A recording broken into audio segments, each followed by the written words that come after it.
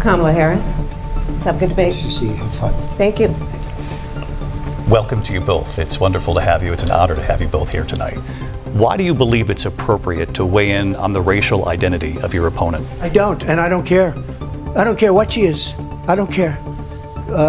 You make a big deal out of something. I couldn't care less. Whatever she wants to be is okay with me. But those were your words, so I'm I asking. don't know. I mean, all I can say is I read where she was not black, that she put out, and I'll say that. And then I read that she was black, and that's okay. Either one was okay with me. That's up to her. That's up to her. I mean, honestly, I think it's a tragedy that we have someone who wants to be president who has consistently, over the course of his career, attempted to use race to divide the American people. You know, I do believe that the vast majority of us know that we have so much more in common than what separates us, and we don't want this kind of approach that is just constantly trying to divide us, and especially by race. Everything that she believed 3 years ago and 4 years ago is out the window. She's going to my philosophy now. In fact, I was going to send her a MAGA hat. She's gone to my philosophy. But if she ever got elected, she'd change it. And it will be the end of our country. She's a Marxist. Everybody knows she's a Marxist. Her father's a Marxist professor in economics, and he taught her well. She gave up at least 12 and probably 14 or 15 different policies. Like, she was big on defund the police. In Minnesota, she went out, wait a minute, I'm talking now, if you don't mind, please. Does that sound familiar? They have abortion in the 9th month. They even have, and you can look at the governor of West Virginia, the previous governor of West Virginia, not the current governor, who's doing an excellent job, but the governor before, he said, the baby will be born, and we will decide what to do with the baby. In other words, we'll execute the baby. There is no state in this country where it is legal to kill a baby after it's born. Donald Trump hand-selected 3 members of the United States Supreme Court with the intention that they would undo the protections of Roe v. Wade. And they did exactly as he intended. And now in over 20 states, there are Trump abortion bans, which make it criminal for a doctor or nurse to provide health care. In one state, it provides prison for life. Trump abortion bans that make no exception even for rape and incest, which understand what that means. A survivor of a crime of violation to their body does not have the right to make a decision about what happens to their body next. That is immoral. And I pledge to you, when Congress passes a bill to put back in place the protections of Roe v. Wade, as President of the United States, I will proudly sign it into law. But understand, if Donald Trump were to be reelected, he will sign a national abortion ban. It's a lie.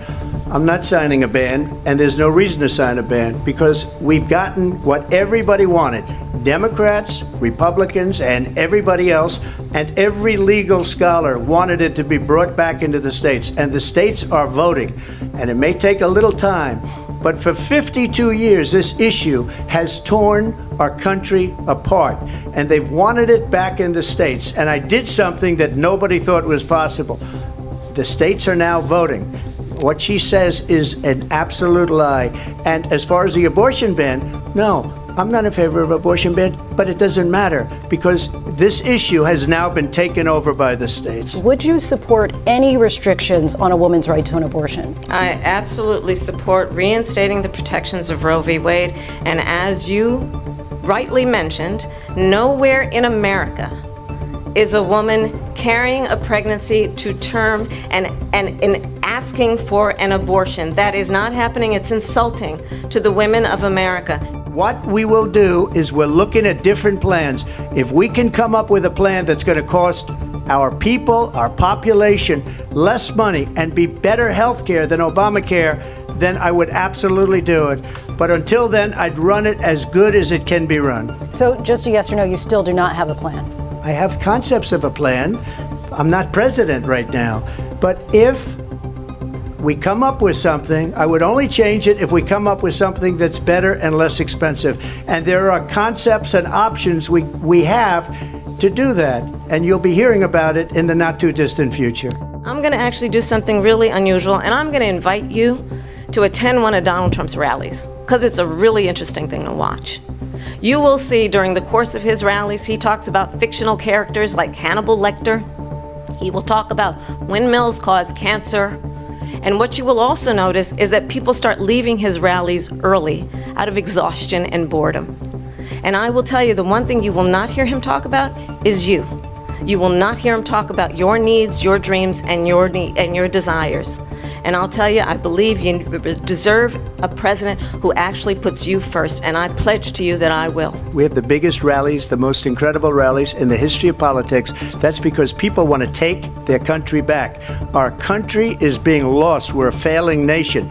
In Springfield, they're eating the dogs, the people that came in. They're eating the cats. They're eating the pets of the people that live there. And this is what's happening in our country, and it's a shame. I just want to clarify here. You bring up Springfield, Ohio, and ABC News did reach out to the city manager there. He told us there have been no credible reports of specific claims of pets being harmed, injured, or abused by individuals within the immigrant community. Crime here is up and through the roof. Despite their fraudulent statements that they made, crime in this country is through the roof. And we have a new form of crime. It's called migrant crime. And it's happening at levels that nobody thought possible. President Trump, as you know, the FBI says overall violent crime is actually coming down in this country. Well, I think this is so rich, coming from someone who has been prosecuted for national security crimes, economic crimes, election interference, has been found liable for sexual assault, and his next big court appearance is in November at his own criminal sentencing.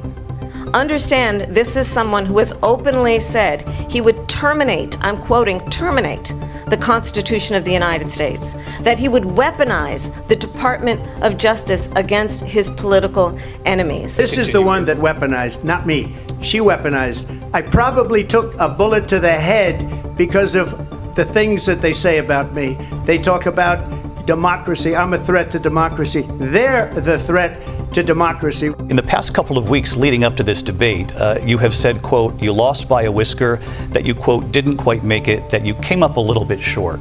I said that? Are you now acknowledging that you lost in 2020? No, I don't acknowledge that at all. But I you said did that say that. sarcastically. But You know those- that. It was said, oh, we lost by a whisker. That was said sarcastically. Vice President Harris, you heard the president there tonight. He said he didn't say that he lost by a whisker. So he still believes he did not lose the election that was won by President Biden and yourself. But I do want to ask you about something that's come up in the last couple of days. This was a post from President Trump about this upcoming election just weeks away. He said, when I win, those people who cheated, and then he lists donors, voters, election officials, he says will be prosecuted to the fullest extent of the law, which will include long-term prison sentences. One of your campaign's top lawyers responded saying, we won't let Donald Trump intimidate us. We won't let him suppress the vote. Is that what you believe he's trying to do here? Donald Trump was fired by 81 million people. So let's be clear about that. And clearly he is having a very difficult time processing that.